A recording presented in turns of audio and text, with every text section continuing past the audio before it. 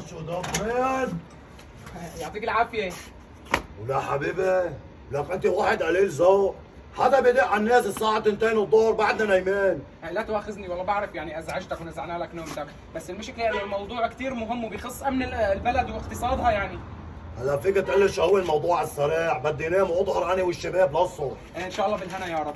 اخي هذا مناشير عم نوزعها مشان ترحيل السوريين من لبنان، عرفت شلون؟ بدنا نتضامن ونقولها كلياتنا بصوت عالي، لا للسوريين بلبنان، خربوا البلد الله لا يوفقهم، دمرونا اقتصاديا، دمرونا معنويا، خليها لربك يا زلمه. بتعرف معك حق بهالقصة، لازم نكون ايد وحدة ونطلعهم برا. لك والله هذا العشم فيكم، لك يسلمني اللي خلقك، مساك الا هي منشور في مكان وتاريخ التجمع، لا تتاخر. هاي شو عليه؟ بإذن الله ما بنتأخر. حبيب قلبي بتوصينا بشي يا روح؟ حبيبي لك يسلمني اللي خلقك، لك الله يسلمني اللي معك خلقك حبيبي، محلى سلام يا نسلم. روح. بس واقف دقيقة لأقول لك كلمتين. اللي كأنه أنت لهجتك سورية.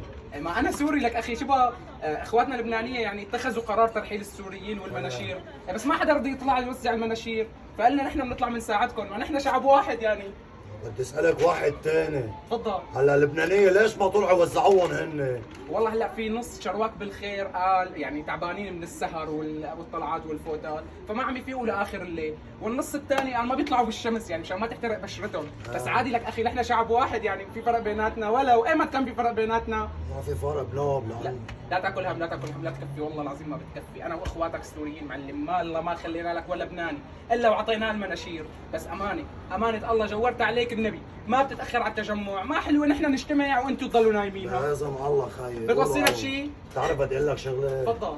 لك نحن لولاكم انتم ما عم نعرف نشتغل شيء. لك يسلم اللي خلقك، ولو حبيبي. بعمرنا ما كنا الا واحد، واحد لبنان وسوريا واحد. فوت لك تنام لك شي دقيقتين معي. حبيبي ان شاء الله نوم العوافي، يلا نوم، نام ان شاء الله نوم الهنا. حبيبي